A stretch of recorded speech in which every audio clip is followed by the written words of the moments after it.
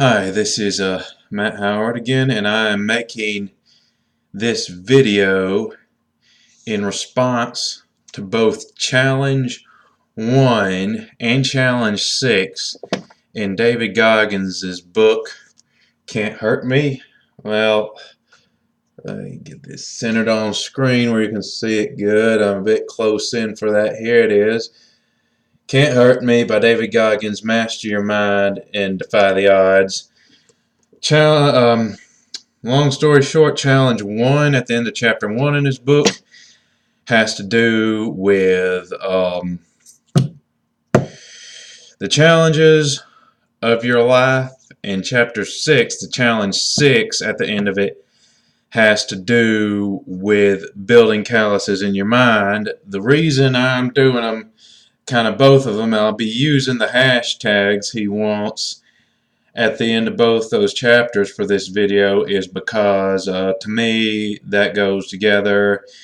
The story of facing challenges is the only way I've much figured out how to build calluses in my mind. But anyway, I guess I'll give you kind of the story first. I have these notes down here. I just have so much to tell, think of, and how to articulate it. I will lose my train of thought without them. So if you're wondering why I'm looking down, that's why. But anyway, as a kid, I never had any huge learning disabilities or anything.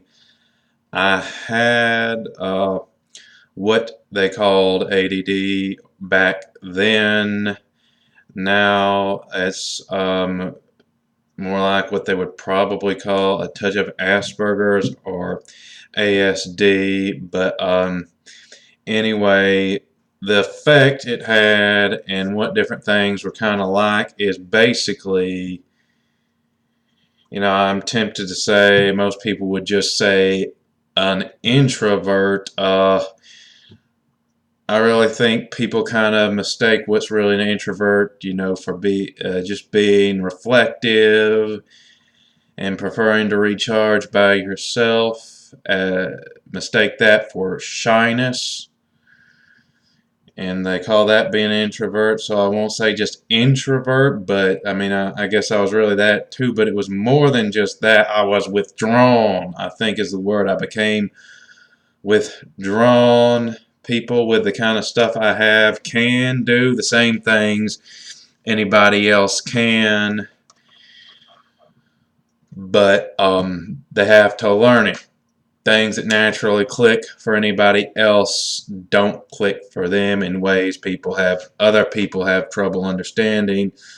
But I didn't learn a lot of the stuff that didn't click naturally for me, and a lot of other stuff due to the fact that I became withdrawn and started just creating my own little world for myself within my head.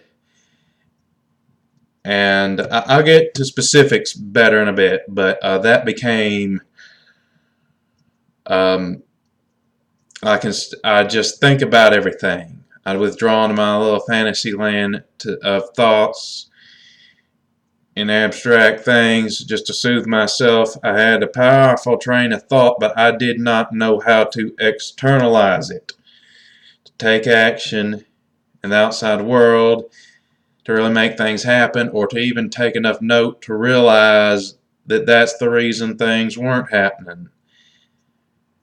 I also had a real problem with anxiety. Certain things I would get obsessed with, some just random thoughts that were nothing in themselves but were just so bizarre that I had, like probably everyone has to some extent. I would have them but dwell on them, and it would drive me crazy. It would give me anxiety in front of people, like there's a whole room full of people and I'm here in my head, woo-wee, this is my world. If they could see this, I don't like this.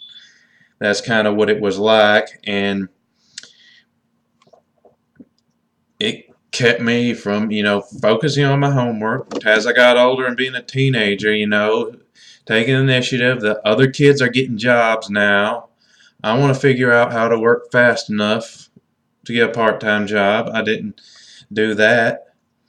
The, I felt like that because I was behind in a lot of ways and couldn't prove myself doing things like that I was really patronized. I started to get angry and bitter because of that. Um, it's kind of like, I know I've been going on for a bit, so just kind of summing it all up, it's kind of like I had this burning strength, this burning work ethic inside me that was willing to go hard, but I didn't know how to wake up to realize there's a certain way I gotta make things happen. There's a certain way I gotta quit being shy and take some initiative, and that's why it's not happening. That just did not click with me. That resulted in a whole lot of pressure within me and no way to release it. Um, I guess I'll get a little more practical and less abstract now. That kind of like when I started going off in high school, the thought of trying something new. Like I went to Westbrook Christian School. We had a Bible class in the morning, and some mornings, I think it was once a month, we would eat at some, fast food restaurant for breakfast with our Bible teacher and whole class. I was shy about taking the initiative to do that while other kids were there asking questions, from them, figuring out how to do stuff in real life, thinking about what they wanted to do. And due to certain ways, I felt like I had been patronized and labeled as unable to do as much as the other kids, or having a learning disability, or what. I felt like I had a whole lot to prove. And my first year in high school, I was thinking how I was going to prove it, until one day I was sitting around. I saw this commercial for the Discovery Channel, and it was a series they were doing sometime, a documentary on Green Berets and Navy SEALs. It said, "Find out what makes these men tick, the Green Berets and the Navy SEALs." I thought, that is what I got to do. I gotta be that, or I'm a piece of crap. It may hurt like crazy, but I'm gonna have to do it now. Here's where my problems came back in. I couldn't much orientate myself with outside world enough to really even get focused, or to even make myself get my work done in class like I should a lot of times, let alone the kind of mental focus it would take to pull something like that off. Now, I understood, I wasn't stupid, I understood it meant taking some pain. And I was a tough kid, there was these little, I was pretty skinny, so it was still a challenge for me, especially at first before I started really working out with my squats and getting stronger. But there was these two, they must have been 22, 23-pound dumbbells my dad had. They're just a little metal bar, which maybe weighed a few pounds, plus two 10-pound weights on each side. I would take those, I would squat them till my quads felt like they were on fire. Now, at first, as skinny as I was, 3 with just that little weight, maybe 50 pounds between each of those dumbbells, if even down my shoulders, all the way down, all the way up, was all I could get, and my quads were sore as hell the next day. After that, eventually by the time I was 16, 17, got all the way up to 25 squats with that. The first time I did 25 squats, my legs felt like fire after 20, but I kept going. When I was over, I put those squats down, those dumbbells down on my dad's bed, and fell onto the bed because I could barely stand. Seriously. After that, I was a tough kid when it came to just realizing, waking up enough to know that means pain and taking it. I had that drive. The problem for me was I didn't have a clue how to direct my drive and all the disorder that was up here. And I wish I could be a little plainer about it, but disorder is hard to plainly articulate because it's disorder. But anyway, Back to my notes. Let's see what yeah, yeah. Anyway, the fact that I wasn't really getting a job and having to work with school like other kids made me feel like anyone else could point at me and say, hey, you have such an easy life. You don't even have to work. You just have to study. The teachers at this school even go easy on you because they know you got a disability. You don't have any reason to feel pain. You don't have any challenges in your life. That made me feel worse because it made me feel bad and like I didn't even have an excuse to feel bad. And of course, in high school, that was a time when other obsessive things were driving me crazy anyway, that I couldn't focus my energy outward at all. I mean, I'd like to talk about them, but they're even harder to articulate in their personal stuff. Okay, I know I'm holding a little bit of dirty laundry back. And David Goggins in chapter 1 says he told all of his. I'm telling a lot of mine, but I could go over that stuff, but that's another crazy story went on in here. And I'd kind of like to get to some plain practical points as much as I kind of been abstract so a lot of people can relate, but it was just it was obsessive anxiety about a lot of things, and it was so bad it all but made my life a living hell. There was nothing externally going on. Well, there was a few punks at school, but like just to harass people and irritate people. But I might could have not gotten as psyched out by them as I did if I had just, again, learned how to deal with things externally instead of withdrawing. I thought I was a tough kid for a while, but that last year of high school, just between everything going on in my head, I let myself get psyched out in front of certain people who tried to harass me and visibly show it by shaking instead of, standing up, which I had done very well up until that point, and which humiliated me because I was also a really proud kid. But that's another story. Back on track of just kind of where I went from there. Once I got into college, because I was so bad about, said 1,000 times, being withdrawn, I couldn't even make myself tell my dad instead of going to college, I wanted to join the Army.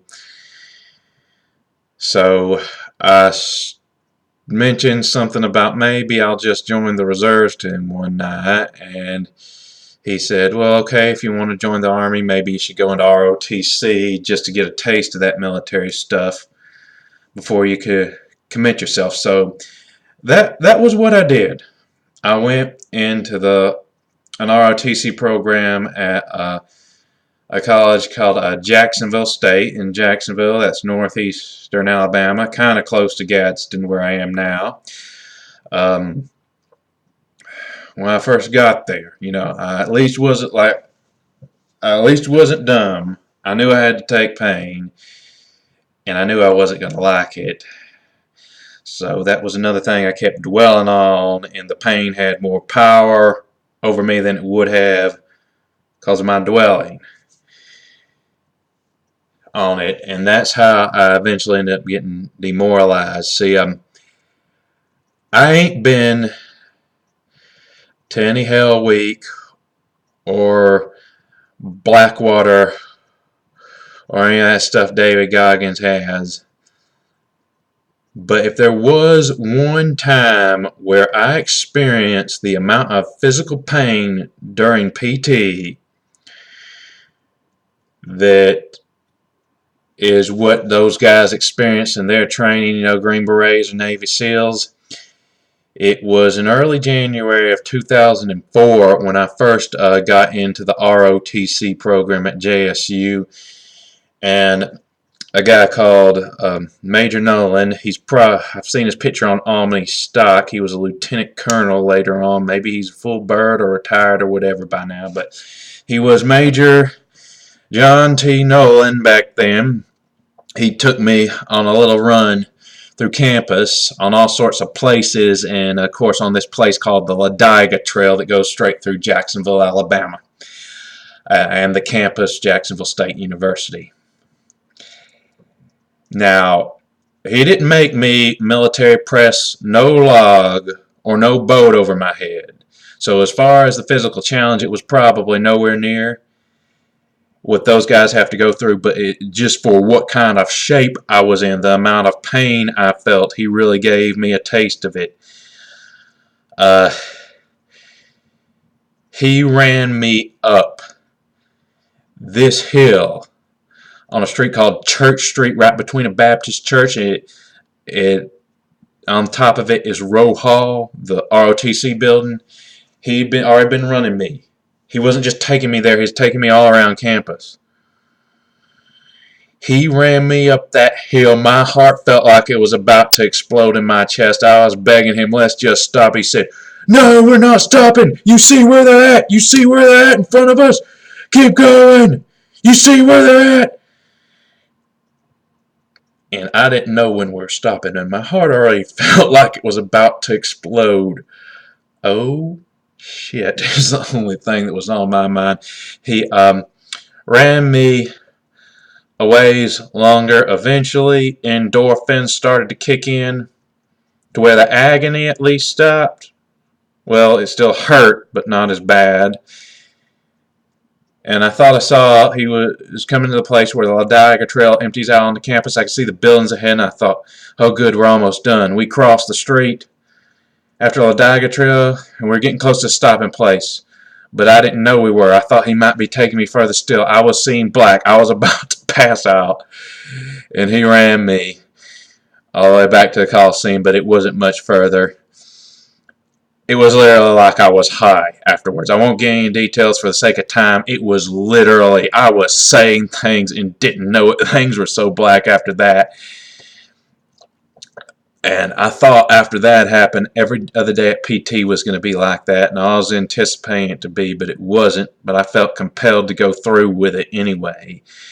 And it got to where just thinking about it, whoa, was worse than the physical hurt, even though no other days were quite that bad. I remember driving I still pushed myself fairly hard, not that hard, at the PT test, and I remember driving to the Ladiga Trail one morning for a PT test and being like, and I was riding someone there. They'd asked for a ride with me, and they said, calm down, you're okay, what is it? You know, that's how I let that stuff get inside my head.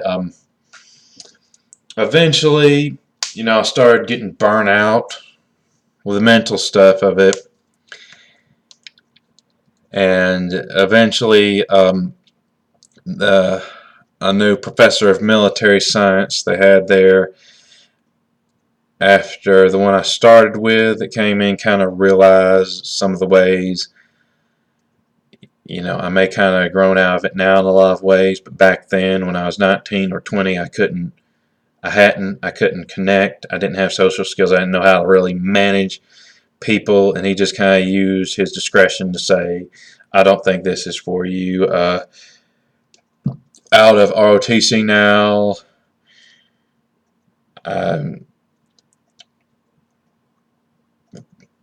Thought of joining the Guard or something was still in my head, but if I couldn't handle this, could I handle basic? This was just ROTC is what I told myself. I didn't realize some of the ways that I could be tougher on the spot when I had to be. And at the same time, in the meantime, I didn't have to worry about it by just taking control of what was in here. I didn't understand that back then. I was fixated. I dwelt on don't want to do this, but have to do this. Failed at it, but have to. I can't quit thinking about it. And you know, that mental stress of just obsessing in the meantime jacks your confidence and creativity. It did mine.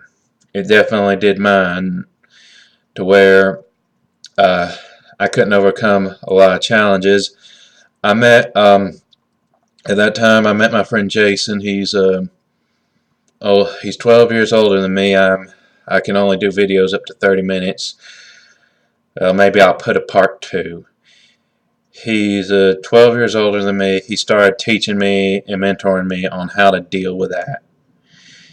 And after that was all said and done, well, I well, it wasn't just one little saying or doing. It took a long time. I was in college. I still was busy all the time with studies. I still didn't have a job. I've been wanting to prove something as serious as going off and becoming a Green Beret or Navy SEAL since I was like 15. I'd had that compulsion.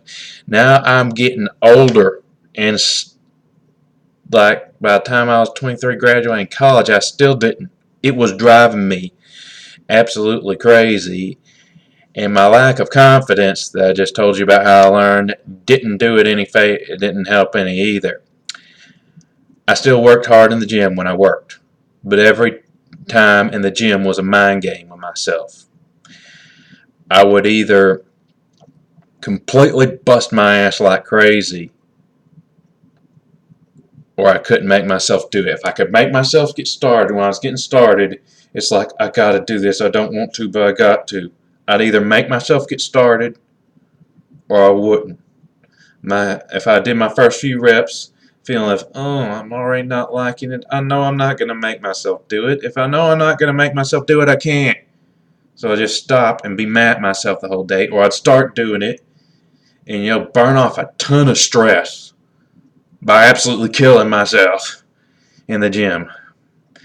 That's the one thing that helped me not feel like a piece of crap, was doing that. I think it'll take videos up to 30 minutes. I'm already at 22 minutes. I might have to do this in 2 parts. Anyway,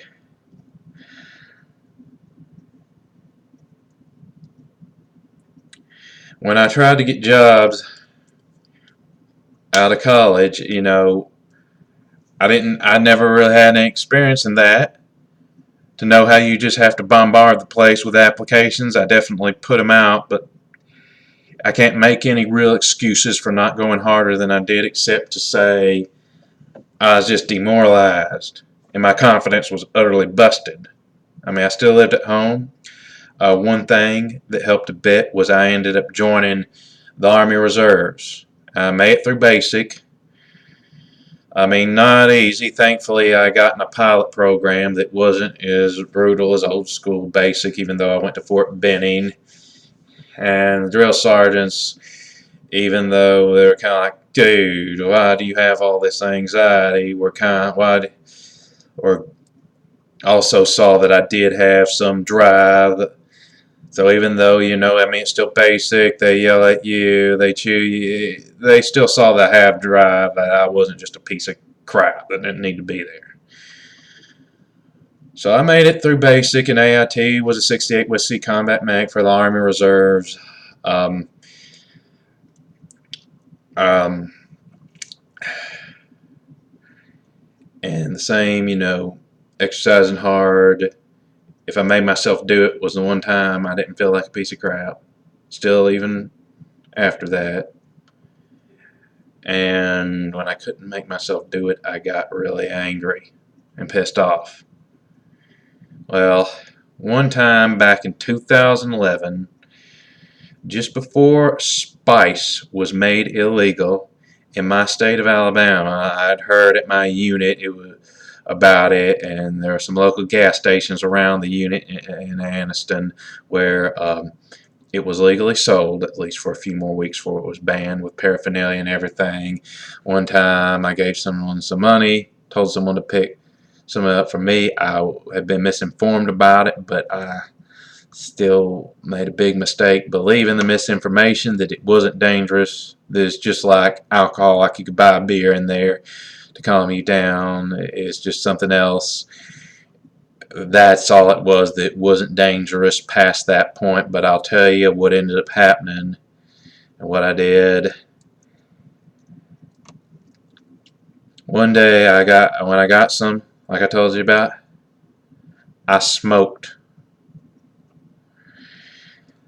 Some one night I didn't really know how to hold it the first time, so I felt just a little bit anxious inside. I don't want to do this again. I told my dad about it. He warned me about it, and I told him I wasn't going to do it anymore. Well, a few days later, I tried to do some crunches. They burn at first, but once you get past that, endorphins kick in. You can do a whole lot, and just the burn's still there. You can get used to it, manage it, and feel better, accomplished, and endorphin ridden after you're done. Ton better. If those first few I let get inside my head, then that's when I know I'd quit. I was having a bad day mentally. I quit. I hated myself for it. I wanted something to take the edge off, so I said, okay, I'll flush this spice just like I told my dad I would, but first I'm going to load up the pipe. And when I load up that pipe,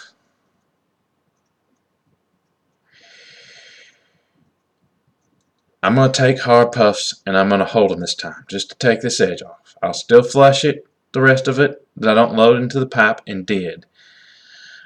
I took a pipe full of that. I huffed so hard it only took 2 puffs to take care of the whole pipe full, and I held them both for like 9-10 seconds. After that, it wasn't like the first time. I was really feeling its effects, and when I started to think about the thought of going on a bad trip or getting anxious like someone warned me about, I was just feeling high for the first few seconds, but the moment I thought about that, it started a panic attack that lasted months. I know I've gone on for a while. I hope I can captivate a lot of people's attention, or if, since I'm going to be using his hashtags, David Goggin's attention too, and talking about a lot of stuff that fascinates him, but since I'm probably going to have to do this in 2 parts since it's getting close to 30 minutes, I'll tell you what to expect in part 2. This is my story I'm wrapping up. I'm going to be getting to how I built calluses in my mind against this anxiety, and in regards to working out, and a little bit about how I got my life in order. It was by building certain calluses in my mind.